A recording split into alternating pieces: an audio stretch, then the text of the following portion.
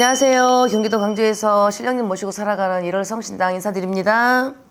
전에 대통령도 파면돼가지고 이제 나라의 대통령이 바뀌잖아요. 이런 기운으로 보면 나라의 국운이 좀 안 좋은 걸까요? 많이 안 좋죠. 작년 2024년 하반기 들어오면서부터 시끌시끌하고 국운이라는 게 기운이며 모든 걸 다 통틀어서 별로 좋은 기운이 흐르는 게 아니다 보니까 그래서 아마 사건 사고 이런 것들이 많이 생겨나기도 했었고, 그리고 올해 2025년 들어오면서부터 더 요란하고 시끄럽죠. 보통 대통령의 기운이 나라의 기운이라고 하는데 전에 대통령님의 기운이 안 좋아서 더 그랬던 걸까요? 그러니까 윤석열 전 대통령이라고 해야 되나? 그분이 어떻게 보면은 임기를 다 5년 다 맞출 수도 있었어요. 내 발등을 내가 찍는 격이었단 말이야. 쉽게 얘기해서 제가 처음에 윤석열 대통령님 당선 그거 할 때 제2의 최순실이가 안 나오길 바래라고 얘기를 했는데 또 이런 일이 터지다 보니까 임기 못 마치시고 이제 다시 또 이제 대통령을 선출해야 되는 그런 기운에 접어들다 보니까 힘든 거는 뭐 국민들이 힘들지 뭐 누가 힘들겠어요. 그죠? 먹고 살기도 바빠 죽겠는데 장사도 안 되고 여기저기 뭐 금전줄도 다 막혀 있고 대출이며 뭐며 이런 것들. 그러니 없는 서민들, 있는 사람들은 살아남는다 치지만 없는 사람들은 정말 살기 힘든 그런 시국이에요. 그래서 이거를 그냥 이왕이면은 대통령을 뽑는다면은 우리 국민들을 위해서 진짜 팔다리 다 걷어붙이고 있는 사람들 말고 없는 사람들 선에서 살아갈 수 있는 그런 나라. 예를 들어서 젊은 친구들 취업에 대해서 지금 백수들이 어마어마하잖아요. 석사 박사 따가지고 집에서 노는 친구들이 얼마나 많아요. 국가적으로도 손해고 다 낭비란 얘기야. 이제 젊은 친구들을 제자리 일자리에서 다 움직여갈 수 있도록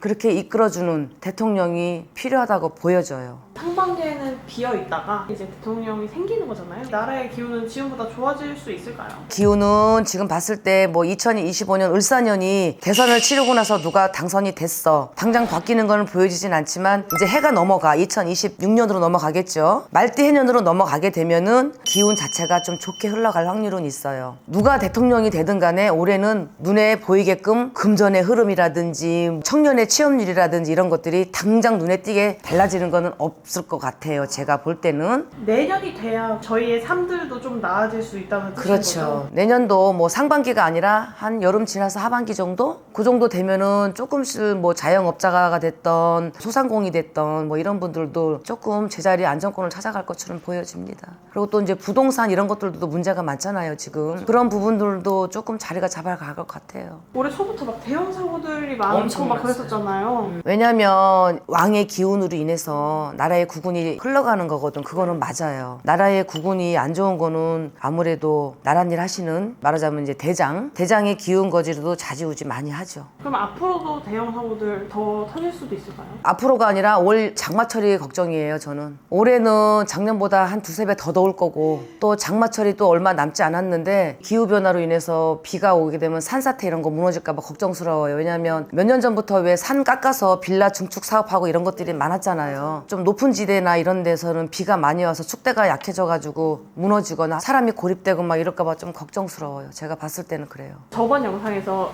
이재명 님이 유력하다라고 말씀하셨는데 그분의 기운과 저희 나라의 기운으로 봤을 때는 좀 괜찮을까요? 이재명 씨의 기운을 우리나라 지금 현재 시점의 기운에 봤을 때 100% 맞다라고 말은 안 나와요. 대통령의 자리로 올라가게 되면 소리는 굉장히 시끄럽게 날 거예요. 소리는 시끄럽지만 그래도 하나씩 퍼즐 맞춰가듯이 맞춰가는 것들이 있을 거란 얘기죠. 우리나라 대한민국에 관한 이런 일들이기 때문에 가만히 두진 않는다는 얘기야. 이재명 씨가 된다 하더라도 누군가가 또 뭐 꼬리에 꼬리를 물고 이런 사건 사고들이 비일비재하게 일어날 거는 맞아요. 그래도 올해년이 넘어가고 나면 내년에는 그래도 조금 조용하지 않을까 싶어요. 제일 중요한 거는 뭐냐면 당선이 되고 나서 대통령의 신분이 된다면 생각하는 마인드며 이런 것들을 조금 다 바뀌어지겠죠. 이재명 씨도 본인에 대한 그런 것들을 알고 있단 말이야. 사람은 다 누구나가 내가 죄를 지면은 알잖아. 진짜 천하의 나쁜 인간이 아닌 이상 올라가서는 내가 그러지 말아야지 라는 그런 것들이 조금 있을 것 같아요. 잘 헤쳐서 나갈 거라 보여집니다. 제가 볼 때. 혹시 부정선거가 일어나진 않겠죠? 부정선거 당연히 일어나요. 잘 해야 돼요. 부정선거 하는 거 잘 지켜봐야 돼요. 순식간에 바뀔 수 있어요.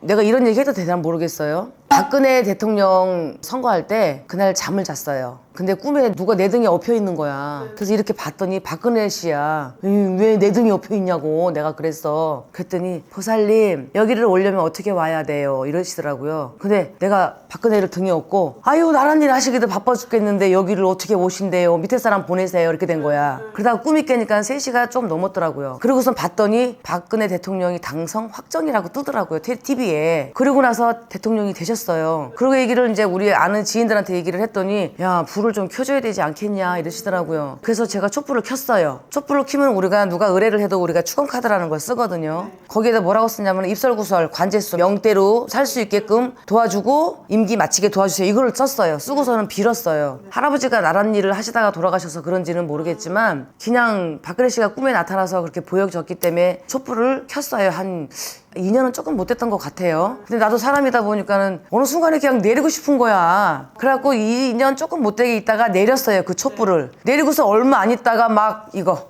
면도 칼 이거 테러 맞았잖아. 막 그때부터 막 최순실이 막 나오면서 그 꿈풀이를 이제 해석이 되는 거야. 최순실을 등에 업고 그러니까 바보 공주지 쉽게 얘기해서. 안 내렸으면 또 달라질 수도 있겠죠. 근데 모르겠어요. 왜 내렸나. 뭐 내가 내렸다 그래서 박근혜 씨가 잘못했다는 건 아니지만 그런 일이 있었어요.